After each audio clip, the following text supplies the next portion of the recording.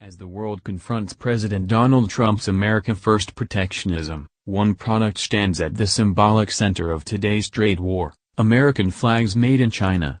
A harbinger of economic globalization and a source of nationalist anxiety, these foreign-made flags have so far escaped the president's tariff targets. Yet for the past 2 decades, and most recently on Flag Day, Congress has introduced bipartisan legislation to restrict or ban these imports. Sales of American flag imports pale in comparison to America's $375 billion trade deficit with China, but these Chinese imports are more politically potent than a line item on the harmonized tariff schedule. Importing flags is not just a matter of economics and global trade. To its critics, it represents an economy, and a country, on the decline. "We make the most emotional cloth on earth," says Chris Spinner of Valley Forge Flag in Pennsylvania. "Their flags have covered the coffins of presidents. They have graced the moon during the Apollo mission. And they have been hoisted over Mount Suribachi for the iconic photograph on Iwo Jima. When cloaking the fallen soldier or marking the hallowed domain of cemeteries and ceremonies, the American flag seems to assume a mystical quality, one that embodies sacrifice and requires reverence." Yet the American flag is so visceral partly because the symbol is so contested. The flag contains paradoxes: sworn and torn, pledged and deplored, burned and raised, the flag of Norman Rockwell and David Hammons, of civil rights marches and Ku Klux Klan rallies, of loyalty and opposition, and avowed patriotism nonetheless. If the American flag is a living thing, as the U.S. flag code insists, then it has come to personify all the contradictions of American life. Into this disputed territory, foreign-made flags have staked their own claim. They, too, are signs of contradiction, yet they are authentic nevertheless. Since the image of the American flag is in the public domain, anyone can use it. But for those who see the American flag as semi-sacred, importing flags is tantamount to sacrilege. Resolutions from Congress and the American Legion denounce it. How could a symbol that so personally embodies America be born in another country? And yet, as a representation of a country of immigrants, how could it not? On one 4th of July holiday, the ABC local news anchor Len Stevens, now a communications director at Liberty University, saluted his Virginian viewers. "Okay, patriots, a question for you now. Is your American flag born in the USA, or made in China?" To find out, Shelley Basinger, a news reporter, visited a local flag shop, whose owner acknowledged that many consumers buy less expensive, imported flags. Incredulous, the reporter interviewed flag owners to see whether they owned foreign stars and stripes. One man was relieved to find out that his flag was not made in China because so many things are. A woman was also pleased to know that her flag, according to the reporter, passed the test.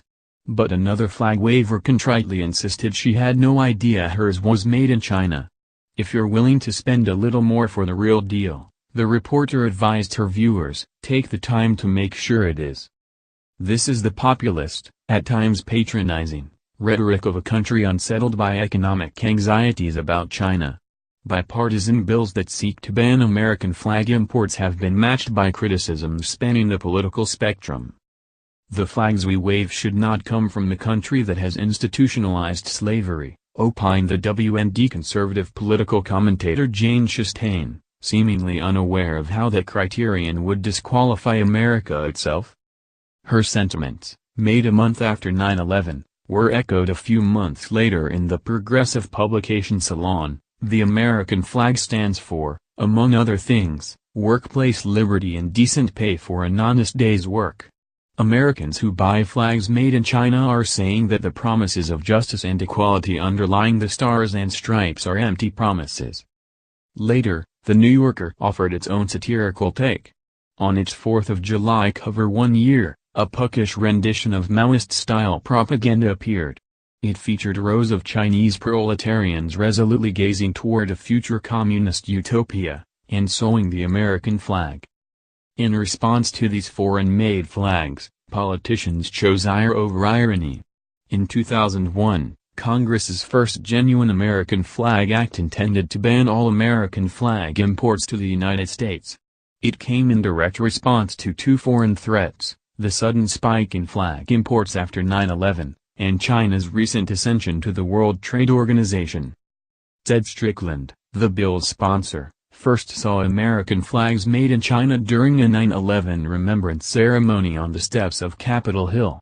Something was not right, the Democratic congressman recalled.